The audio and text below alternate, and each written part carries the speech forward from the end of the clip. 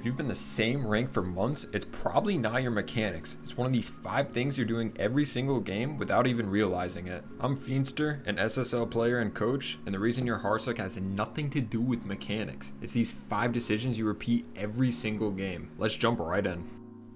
The first mistake I see is bad challenges in general. So let's take a look here.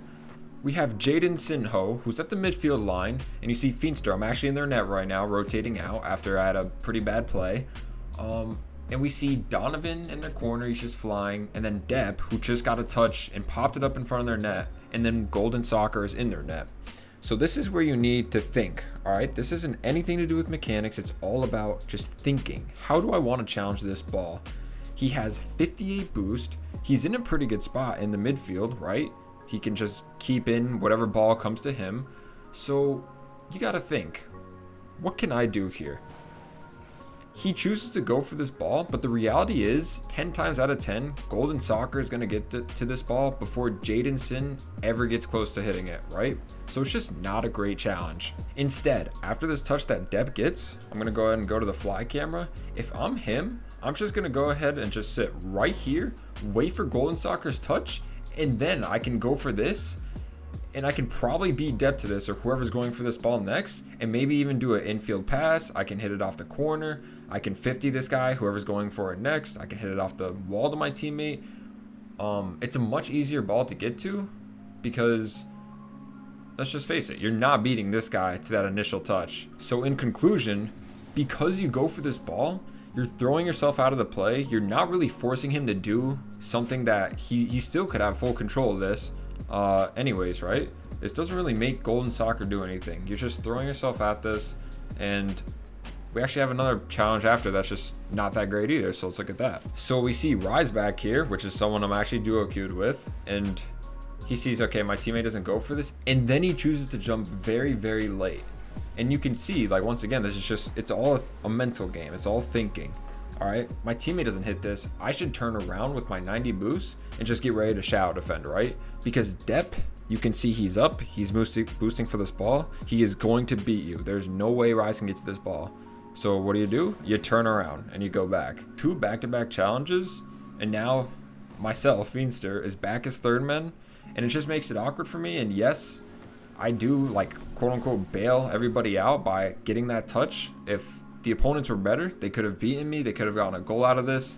Donovan actually streaks upfield and he gets this first touch here, which isn't the best, but he tried to make a play for it and it could have turned to a goal. So things could have gone bad very quickly. So this mistake may not be as obvious as like some mistakes positioning wise. So we should take a look at this because I think a lot of people get this wrong. A couple of things you could do here. 1, your teammate's flying with 0 boost. You got to buy some type of time for him, right? It's 2v2.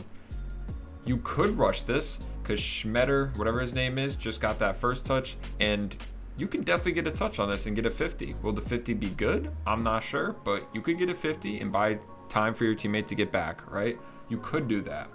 You choose, however, to just fake shell and then instantly shadow defend. If you do this, you have to get closer. So the positioning here is like the main problem. If you go for this play, you have to be closer to the ball.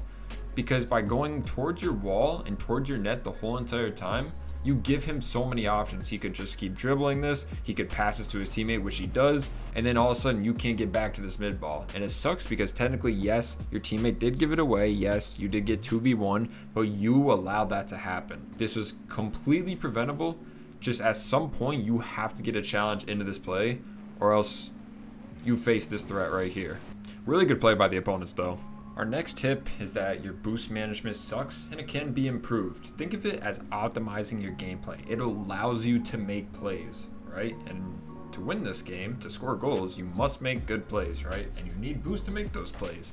So we were at 25 boost, we landed, and there was no 100 boost here. So now we have 1 singular boost. So that is not good, right? We are about to be next up in line behind our teammates in terms of making a play on the ball, challenging, whatever it may be. And yes, we grabbed 3 pads right here, which gets us at 37 boost, right? And then we probably should have hit that, but whatever. We're looking at the boost management specifically. We could have had even more. And with more boost, we can do more things, right? So we could have had maybe like 20 boosts here, and we could have done this. We could have grabbed this. We could have see what happens in front of us, right? It's all about seeing what's happening.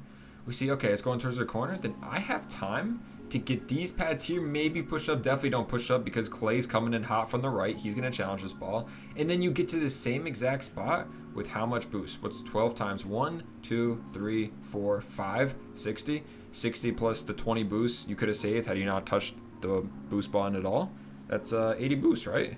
You could have been in this exact same position with 80 boost, which is crazy to think about. You could have gone this touch and then stayed with the ball with like 70, 60 more boost in the tank. It's a very little thing. This is one small example. All these are all one small examples, but you have to find it yourself in your own replays to fix the mistakes. I'm just showing you examples of what it could be. But yeah, you have to learn to like get boost whenever you can and just hold on to that boost when you can. This next one is a personal favorite of mine. It may not affect any of you guys, but if you don't have maybe the best mental, or you start playing worse if you concede a goal early on, etc., this might be for you. But take a look at this. I go for this ball, this is me we're watching, and I just get bulldozed in front of my net, which is pretty frustrating considering I thought I played this well. I had a lot of boost, I was in my net. All I had to do was just get a good 50 on this, and I failed to do so because I couldn't tell who was gonna make contact with this ball first.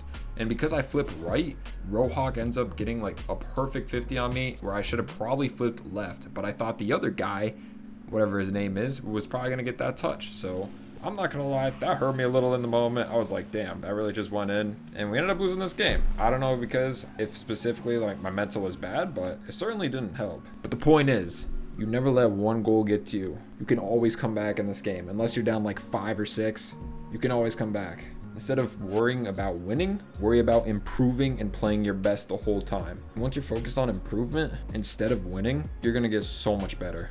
The last one is that you do nothing with the ball. The most important one, I can't emphasize this enough. Let's take a look here. Ball's rolling back 100 boost.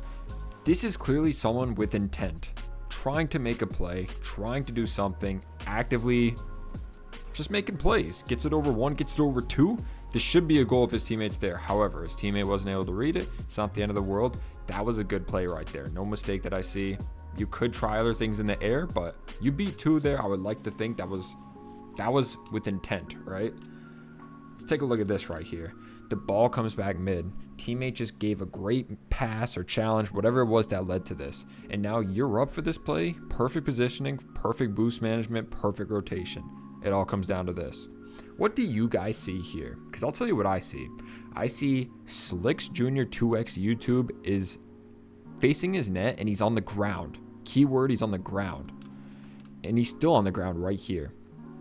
To me, what separates an elite player from a good player or even great player in this instance is that they would go for the backboard 10 times out of 10 here. Instead, it is a shot at the right side of the net. It's still a good attempt. However, I think if you just take that extra second to really think about this, what is open here? What is exposed? And that's the backboard. So you go for the double tap. Yes, this does require some mechanics. I will admit that here. However, it's more of a thinking thing. I'm sure if you're at this rank of GC, I think 2 this is, you can probably hit some double taps by now. Or you can just pass it off the backboard to your teammate. And we have another one right here. We have a pretty good rotation. We get this touch, which is needed, obviously. Otherwise, Hello It's Ray is going to score this. But if this touch is a little softer to yourself in the corner, then you can stay with this ball and you have plenty of boost. But because this touch was so hard, now you've lost all possession of this, and now they still get possession in your half, and you're still on defense. And that could have been a goal. So this is what makes the player. This is what makes somebody elite in my book, is what you're doing with the ball. Like, I can tell there's intent here. You get it around 1. That was a great try. Can teammate score? He probably should have scored that. That was perfect. So you're never on autopilot. You're always thinking about, hey, what can I do with this next ball here? I hope you guys enjoyed the video. Make sure you leave a like, comment, and subscribe. Yeah, let me know your thoughts below, and I love y'all. Have a great night or day, and see you later.